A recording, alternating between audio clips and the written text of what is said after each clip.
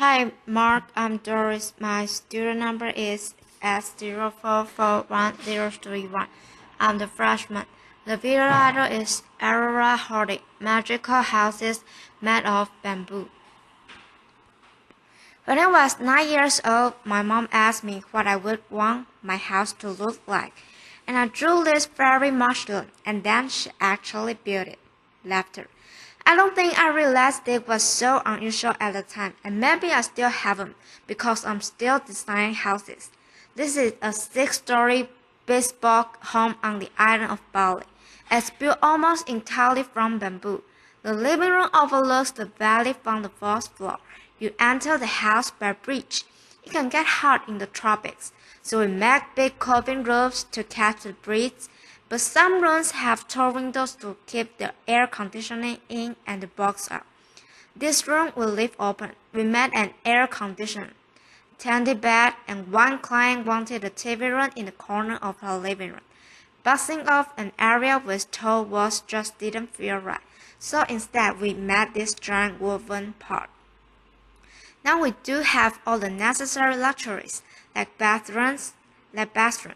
This one is a basic in the corner of the living room, and I've got to tell you, some people actually hesitate to use it. We have not quite figured out our acoustic installation. Laughter. So there are lots of things that we're still working on, but one thing I have learned is that bamboo will treat you well if you use it right. It's actually a wild grass. It grows on otherwise unproductive land, deep ravines, mountainsides. It lives off of rainwater, spring water, sunlight, and of the 1,450 species of bamboo that grow across the world. We use just 7 of them. That's my dad. He's the one who got me building with bamboo. And he is standing in a clump of Dendrocalamus asperniger that he planted just 7 years ago. Each year, it stands up a new generation of shoots. That shoot, we watched it grow a meter in 3 days just last week. So we're talking about sustainable timber in 3 years. Now we harvest from hundreds of family-owned clumps. Beton, as we call it, is really long, up to 80 meters of unsable length.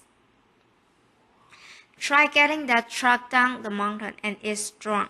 It has the tensile strength of steel, the compressive strength of concrete. Slam 4 tons straight down on a pole, and it can take it, because it's hollow. It's lightweight, light enough to be lifted by just a few men or apparently one woman. Laughter, applause. And when my father built green school in Bali, he chose bamboo for all of the buildings on campus because he saw it as a promise. It's a promise to the kids. It's one sustainable material that they will not run out of.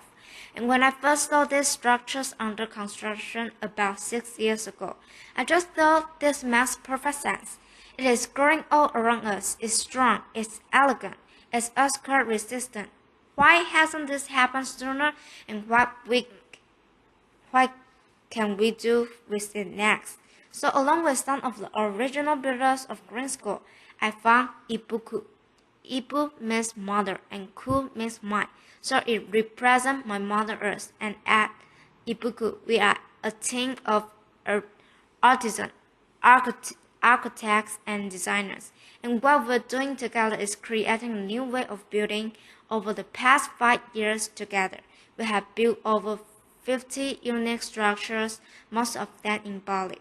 9 of them are at Green Village. You've just seen inside some of these homes, and we fill them with bespoke furniture. We surround them with veggie gardens. We would love to invite you all to come visit someday. And while you're there, you can also see Green School. We keep building classrooms there each year, as well as an updating fairy mushroom house. We're also working on a little house for export. This is a traditional Japanese home that we replicated, right down to the details and textile. A restaurant with an open-air kitchen. It looks a lot like a kitchen, right? And a bridge that spans 22 meters across a river. Now what we're doing is not entirely new. From little house to elaborate bridge like this one in Java, bamboo has been in use across the tropical region of the world for literally tens of thousands of years. Like islands and even continents that were first reached by bamboo rafts, but until recently it was almost impossible to reliably protect bamboo from insects, and so just about everything that was ever built out of bamboo is gone. Unprotected bamboo weathers, untreated bamboo gets eaten to dust, and so that's why most people, especially in Asia, think that you couldn't be poor enough or rural enough to actually want to live in a bamboo house. And so we thought that what will it take to change their minds to convince people that bamboo is worth building with, much less worth aspiring to. First, we need self-treatment solutions. Borax is a natural soap. It burns bamboo into a visible building material. Treat it properly, design it carefully, and the bamboo structure can last a lifetime. Second, build something extraordinary out of it. Inspire people. Fortunately, Balinese culture fosters craftsmanship.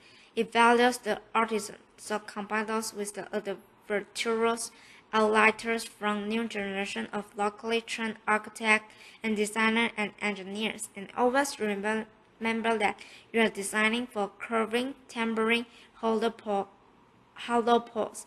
No two poles alike, no straight lines, no 2x4s here. The try and true will craft formulas and vocabulary of architecture do not apply here. We have had to invent our own rules. We ask the bamboo what it's good at, what it wants to become, and what it says is respect it, design for its strengths, protect it from water, and to make the most of its curves. So we design in real 3D, making scale structural models out of the same material that we'll later use to build the house, and bamboo model making inks and art, as well as some hardcore engineering. So that's the blueprint of the house. Laughter. And bring it to site, and with tiny rulers we measure each pole and consider each curve, and we choose a piece of bamboo from the pile to replicate the house on site.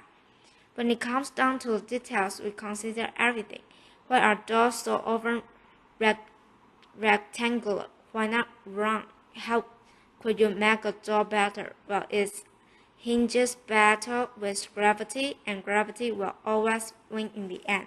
So why not have it pivot on the center where it can stay balanced, and while you're at it, why not doors shaped like teardrops? To reap the selected benefits and work within the constraints of this material, we have really had to push ourselves, and within the constraint, we have found space for something new. It's a challenge. How do you make a ceiling if you don't have any flat boards to work with? Let me tell you. Sometimes I dream of sheet racks and plywoods. Laughter. But if what you got is skilled craftsman and its beastly little spears with that ceiling together, stretch a canvas over it, anchor it. How do you design durable kitchen countertops that do justice to this curving structure you've just built? Slice up a bottle like a loaf of bread, hand cup each to fit the other, leave the cross on, and what we're doing. It is almost entirely handmade. The structural connection of our building are reinforced by steel joints, but we use a lot of hand-whittled bamboo pins. There are dozens of pins in each floor. This floor is made of glossy and durable bamboo skin. You can feel the texture under bare feet. And the floor that you walk on, can it affect the way that you walk? Can it change the footprint that you automatically leave on the wall? I remember being 9 years old and feeling wonder and possibility and a little bit of idealism. And we've got a really long way to go. There's a lot left to learn. But one thing I know is that with creativity and commitment, you can create beauty and comfort and safety and even luxury out of a material that will grow back. Thank you. Applause.